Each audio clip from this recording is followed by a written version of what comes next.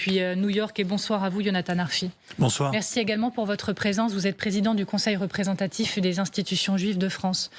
Finalement, l'armée israélienne exclut ce soir une tentative d'infiltration par le Liban, par le nord d'Israël, une infiltration aérienne. Mais il y a eu des alertes de ce côté-là à peu près tout l'après-midi, ce qui montre une grande fébrilité. On va y revenir dans quelques instants. Mais je voudrais revenir sur ce que vous avez suivi avec nous, le récit de Solène Rioux, notre équipe, qui s'est rendue sur le théâtre du massacre de Be'eri. Plus de 100 personnes tuées. Je ne vais pas revenir sur ce qu'elle a décrit. Vous l'avez vu. Que ressentez-vous ? Je vous pose la question à vous, président du Conseil représentatif, et en fait je lis votre émotion, des institutions juives de France, mais pas seulement. Vous, oui. Que se passe-t-il en vous ? Mais ce qui se passe en moi, c'est que ça retourne le ventre, réellement. Je peux vous dire que quand j'ai appris le détail de ce qui s'est passé dans ces kibboutz, à partir des premiers témoignages de journalistes hier, il y a quelque chose de physique chez moi qui s'est noué et qui ne s'est toujours pas résolu, dénoué à l'heure qu'il est, réellement. Et ce que je veux expliquer, c'est que ça n'est pas seulement par solidarité vis-à-vis des Israéliens que nous connaissons, avec qui nous avons des liens, c'est parce que dans la mémoire juive, dans la conscience des Juifs du monde entier, les images de ces scènes, en fait, elles résonnent. Elles résonnent, elles renvoient évidemment aux images des pogroms pendant des siècles, où des villages juifs étaient livrés à la barbarie de Cosaques qui entraient, qui brûlaient, qui pillaient, qui violaient.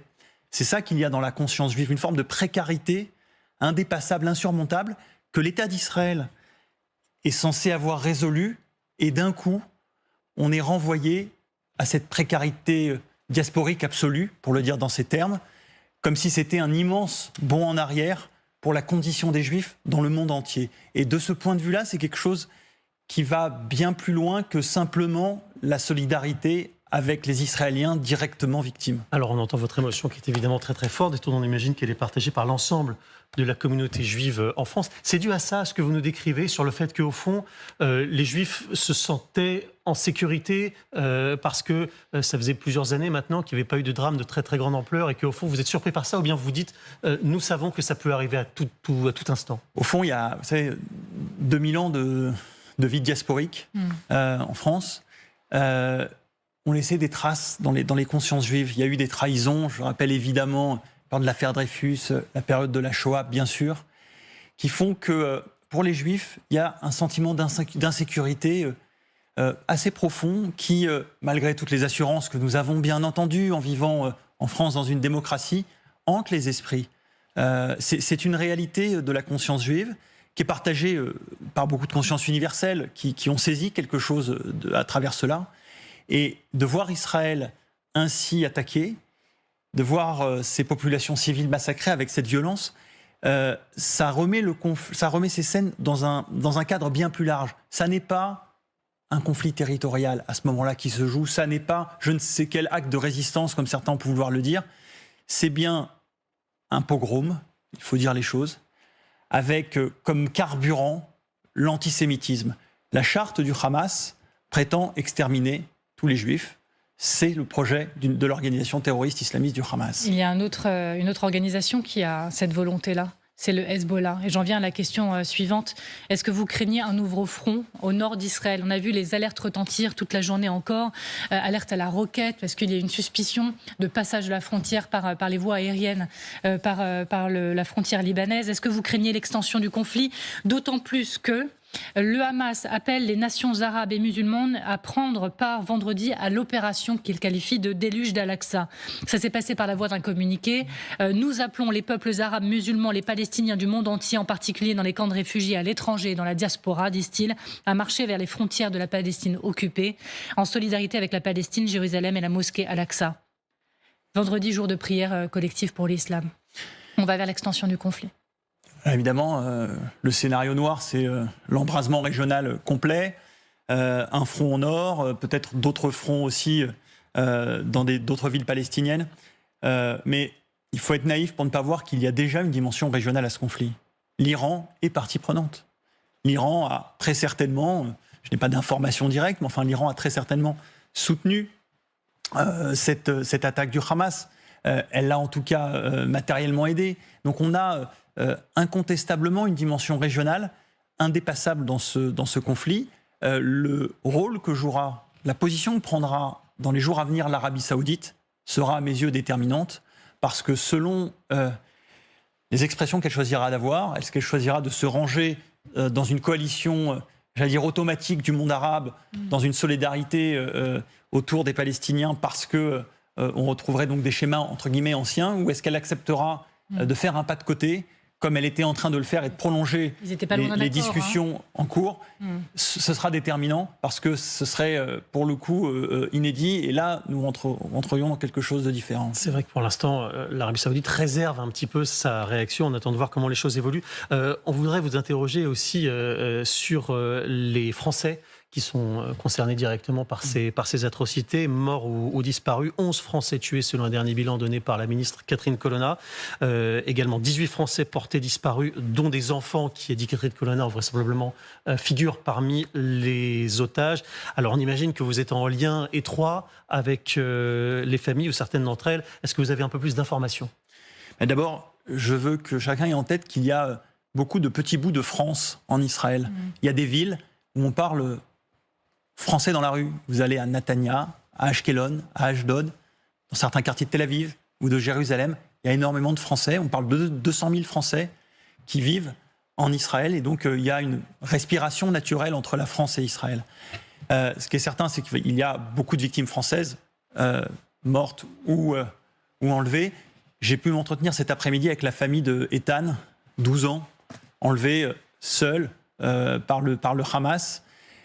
Vous ne pouvez pas imaginer ce qu'ils attendent de la France. Ils sont français, ils ont un attachement évidemment à leur pays, la France, et ils attendent de la France qu'elle prenne à bras le corps, comme une priorité diplomatique absolue, la libération des otages, comme nous l'avons fait sur tous les autres otages français. Ça passerait par quoi alors, du côté de la France ? Prendre à bras le corps comme une priorité absolue. Que pourrait faire la France, concrètement parlant, pour venir en aide à ces otages ? La première chose que nous pouvons faire, c'est que nous pouvons embarquer l'Europe dans une démarche très simple, qui est de conditionner tout versement d'aide à la bande de Gaza, à la libération des otages. Pour le moment, l'Union européenne a décidé de ne pas suspendre les aides. Je le sais bien, mais je pense que la France pourrait être moteur sur ces éléments-là. Envisage-t-on... La France est contre. La France est opposée à la suspension de... Je l'entends. Aurait-on envisagé de verser des aides aux talibans après les attentats du 11 septembre? Aurait-on envisagé de verser des aides à des régimes de l'État islamique après les attentats du 13 novembre? Évidemment que non. Il faut savoir que le Hamas, ce n'est pas des groupes de terroristes individuels qui vivraient dans un pays qui, par ailleurs, serait démocratique. On parle d'un régime terroriste. C'est un État islamique qu'on aurait laissé prospérer 15 ans. C'est ça qu'il faut comprendre. Mais sauf que là, ça intervient dans un contexte depuis quelques heures où, vous le savez très bien, des voix s'élèvent pour dire attention à la situation humanitaire à Gaza. L'armée israélienne, elle a déclenché, je le rappelle, l'opération Sabre de Fer qui multiplie les frappes aériennes sur Gaza. Il y a plus de 2 millions de personnes. Et certains disent attention à cette situation, elle est déjà terrible. Pour vous, au regard de ce que vous venez de nous dire, est-ce que vous dites c'est inacceptable de se préoccuper de cette situation humanitaire de Gaza au regard de ce qui a été fait par le Hamas? Non, c'est jamais inacceptable de s'occuper de questions humanitaires et de s'occuper de civils, bien évidemment. Et je suis heureux d'entendre qu'il y a des négociations entre l'Égypte, Israël et les États-Unis pour permettre peut-être l'évacuation de civils de la bande de Gaza et permettre d'une certaine manière à l'armée israélienne de pouvoir faire son opération militaire le plus efficacement possible. Mais par ailleurs, vous dites qu'il faut arrêter le soutien à la population. Non, il faut arrêter le soutien qui finit dans les mains du Hamas. Aider les populations civiles, si demain elles devaient être réfugiées d'une manière ou d'une autre. À côté, bien sûr, s'assurer que les gens aient de quoi manger, ça va de soi. J'insiste sur ce point, on a un régime terroriste. Ce n'est pas des organisations dans un État indépendant, c'est un régime structurellement terroriste. Et il y a un autre point dont il faut avoir conscience, c'est que les Palestiniens sont les victimes du Hamas. Le Hamas est l'ennemi à la fois des Israéliens et des Palestiniens. Il endoctrine les jeunes enfants palestiniens, il expose et utilise les populations civiles palestiniennes en bouclier humain, au même titre que les otages israéliens maintenant. C'est ça la réalité du Hamas vis-à-vis des populations palestiniennes. Je n'ai évidemment rien contre les Palestiniens, ça va de soi, je le rappelle.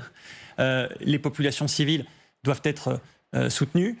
Mais malheureusement, il y a là une situation de conflit et de guerre qui va devoir sans doute se traduire par l'entrée de soldats israéliens dans la bande de Gaza. Je n'ai pas d'informations particulières, mais c'est ce vers quoi on semble aller visiblement. Dans ce cas, est-il légitime de punir, entre guillemets, l'ensemble de la population de la bande de Gaza via notamment le siège décrété par Israël il y a quelques jours, un siège condamné par l'ONU qui dit que ça n'est pas légal, condamné également par le pape aujourd'hui.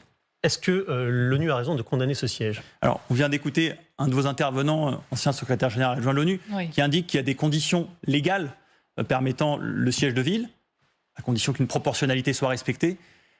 Évaluer cette proportionnalité, aujourd'hui, beaucoup de gens sont sans doute incapables. Compte tenu des atrocités qu'on vient de voir découvertes en Israël, on peut imaginer qu'on est encore là-dedans. Vous savez, je pense que tout ça ne va pas durer. Il va y avoir très vite soit une opération militaire terrestre permettant d'entrer dans la bande de Gaza et donc de fait la levée de ce siège. Voilà, on n'est pas aujourd'hui dans une situation humanitaire avec un blocus de long terme. Le blocus du Haut-Karabakh, c'était 120 jours dont on parlait. Alors, selon vous, là, pour rebondir sur ce que vous venez de dire, jusqu'où doit aller l'armée israélienne? Jusqu'où doit aller Tzahal? Non, mais vous avez certainement un avis. Vous allez certainement dire, je ne suis pas à leur place, c'est pas à moi de décider. Non, très honnêtement, mais je vous pose quand même la question jusqu'au bout. Est-ce que pour vous, il faut éradiquer le Hamas? Est-ce que pour vous, il faut occuper Gaza? Je vais vous dire ce que j'ai ressenti, moi, en tant que Français, le 13 novembre 2015. J'étais à Paris, comme beaucoup de gens. J'ai vu les scènes de Français qui cherchaient des nouvelles de leurs proches. On a vu les images, tous, de ces drames et on a considéré qu'il était légitime d'éradiquer l'État islamique. Et nous l'avons fait, collectivement. Je ne vois pas de raison logique de ne pas considérer que l'éradication du Hamas, comme l'éradication de l'État islamique en 2015, sont des objectifs politiques d'intérêt général pour le monde libre. Ce qui touche, ce sont deux idéologies tout à fait similaires, deux régimes islamistes, totalitaires et terroristes. On a traité la question de l'État islamique, c'était douloureux, ça n'a pas été simple. Je pense que la même chose est nécessaire aujourd'hui vis-à-vis du Hamas, parce qu'ils se sont comportés comme ils se sont comportés. Alors, ce qui s'est passé ce week-end est peut-être aussi, vous allez nous le dire peut-être tout à l'heure, la résultante d'une situation politique en Israël. Aujourd'hui, on a entendu qu'un cabinet de guerre avait été nommé et qu'un gouvernement d'union nationale allait être formé. Ça va changer quoi? Est-ce que ça va permettre à Israël de pouvoir agir plus efficacement dans son offensive, et notamment son offensive terrestre à Gaza? Je ne pourrais pas vous répondre vraiment sur ce point militaire. Ce que je sais, c'est que la société israélienne, dans les moments où elle est menacée avec quelque chose qui touche aux questions un peu existentielles, elle a le souci de l'unité. Donc elle a la culture des gouvernements d'union nationale, quelque chose qu'on ne connaît pas en France et qui n'est pas dans notre culture politique. Et donc en Israël, ils ont cette culture-là des gouvernements d'union nationale face à des moments d'épreuve. Donc c'est ce vers quoi ils semblent aujourd'hui aller. Ça va permettre d'assurer l'unité du pays derrière le gouvernement élargi, donc un des éléments de l'opposition aujourd'hui, pour le temps de la guerre. Et puis, on verra bien ce qu'ils feront demain. Oui, donc l'unité pour le gouvernement, ça semble écrit. L'unité du pays, c'est pas tout à fait certain. Si on comprend ce qui se passe, en tout cas à distance, il faut rester modeste et humble face à la situation. Parce que certains, même en Israël, c'est ce qu'on comprend, disent on peut dénoncer l'absolue horreur, mais en même temps, commencer à dénoncer aussi les erreurs d'Israël. Et il y a une colère par moment qui s'exprime vis-à-vis du gouvernement et plus précisément de Benyamin Netanyahou. Et je vous propose de regarder par exemple cet extrait sur une télévision en Israël. Un homme, son frère est décédé et il prend la parole et sa colère, elle est forte.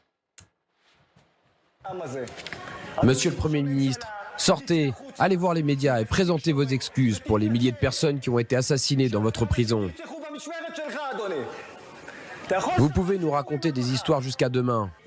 Je suis personnellement engagé. Je m'occuperai de vous un par un.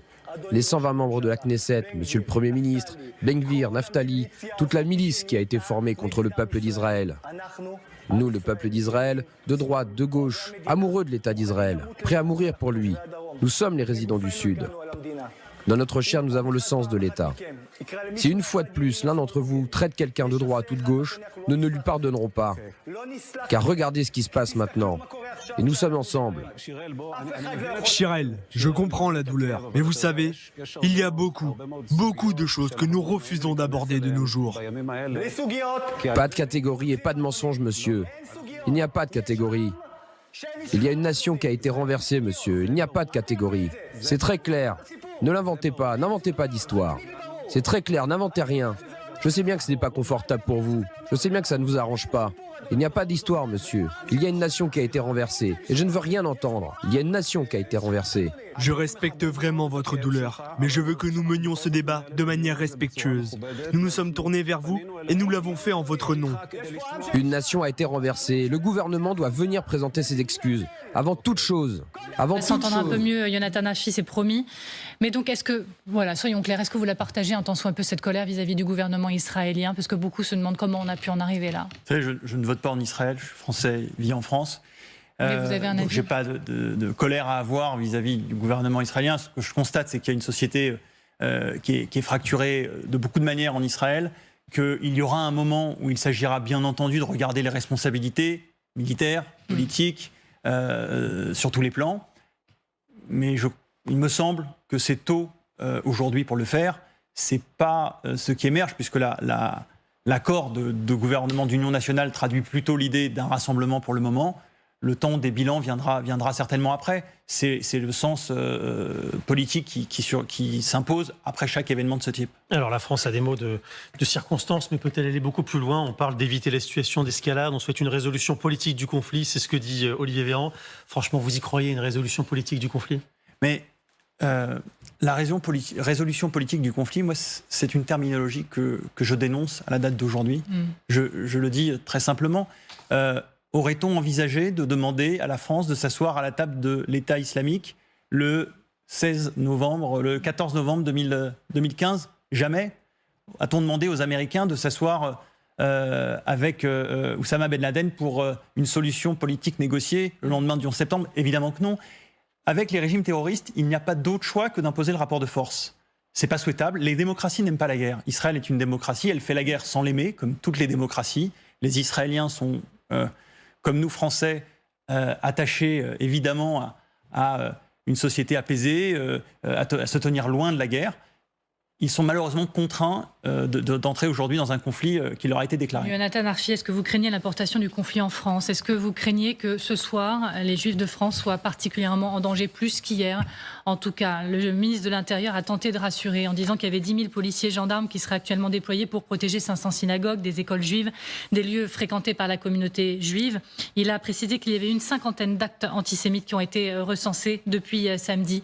Est-ce que vous dites attention au risque d'importation du conflit? Et oui, la communauté juive est n'est plus en sécurité totale en France aujourd'hui. 50 actes antisémites en 4 ou 5 jours, c'est immense.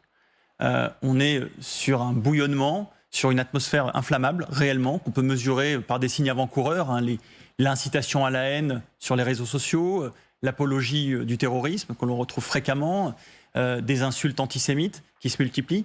Tout ça conduit à une situation où, dans les jours à venir, nous pouvons le craindre raisonnablement, il risque d'y avoir un accroissement de l'antisémitisme et des passages à l'acte. Ce terreau sur lequel ça grandit, c'est d'abord celui, effectivement, d'une rhétorique qui trouve des justifications au terrorisme. Quand on considère que le Hamas serait au fond un mouvement de résistance, une forme d'armée régulière, alors on incite au passage à l'acte. Donc là, vous visez qui? Dites-le. Les discours tenus par la France insoumise, j'ai eu l'occasion de le dire à plusieurs reprises. Vous estimez que Jean-Luc Mélenchon est un ennemi de la République? C'est un ennemi de la République parce qu'il est aujourd'hui incapable de dire avec clarté qu'il condamne les agissements d'une organisation terroriste. Il est un ennemi de la République parce qu'il a, dans son parcours politique récent, des complaisances avec les partis indigènes avec le Parti des indigènes de la République, avec des organisations islamistes, et qu'il est clientéliste. Tout ça fait de Jean-Luc Mélenchon un ennemi de la République. Est-ce que vous redoutez aussi, au-delà de ces actes, est-ce que vous ressentez une forme d'indifférence dans la société française? Il y a une manifestation que vous avez organisée et plusieurs personnes présentes ont dit mais il n'y a que des juifs et des politiques ici. Et il y a des tas de voix qu'on n'entend pas. Est-ce que c'est votre ressenti et est-ce que vous allez organiser d'autres rassemblements? Alors, bien sûr, j'aimerais qu'il y ait plus de conscience de ce pays qui s'engage par solidarité avec les Israéliens face au terrorisme. Je dis les consciences et donc je pense naturellement au monde de la culture, au monde des lettres, au monde des arts, qui doit pouvoir s'exprimer sur ce sujet comme il l'a fait sur tant d'autres. Vous savez, moi j'étais sur la place du Trocadéro il y a un an, au moment des manifestations pour la résistance iranienne, pour les femmes iraniennes. un des moments les plus touchants que j'ai vécu dans la manifestation en solidarité avec Israël il y a quelques jours, c'est lorsque un groupe de franco-iraniens était là et au nom de leur identité, avec leur drapeau iranien, ont exprimé leur solidarité. Ces gestes-là doivent se multiplier. Bon, en tout cas, pour le moment, il n'y a pas encore de manifestation annoncée à venir. S'il y avait une telle manifestation, est-ce que le Rassemblement national serait le bienvenu? Le Rassemblement national est rentré dans le champ républicain, c'est ce qu'affirme le député Meir Habib. Est-ce que c'est ce que vous pensez également désormais? Non, je ne le pense pas, et je pense même le contraire. Ce n'est pas parce qu'on dénonce, et heureusement, le terrorisme qu'on rentre pour autant dans le champ républicain. Ce sont deux questions qui n'ont rien à voir et qui sont tout à fait différentes. Nous n'avons pas invité le Rassemblement national à participer à la manifestation de lundi. Nous avions choisi de faire une marche précisément pour pouvoir choisir de défiler avec qui nous voulions. J'ai donc défilé à côté de moi avec exclusivement des élus de partis républicains avec lesquels nous travaillons au long cours sur les questions d'antisémitisme. Le trottoir, en revanche, appartient à tous ceux qui le souhaitent. Je pouvais lancer des invitations. Je l'ai fait. Je ne pouvais pas lancer d'interdiction. Des élus RN sont venus. J'ai veillé simplement à ne pas défiler à leur côté. Merci beaucoup, Yonatan Arfi. On va revenir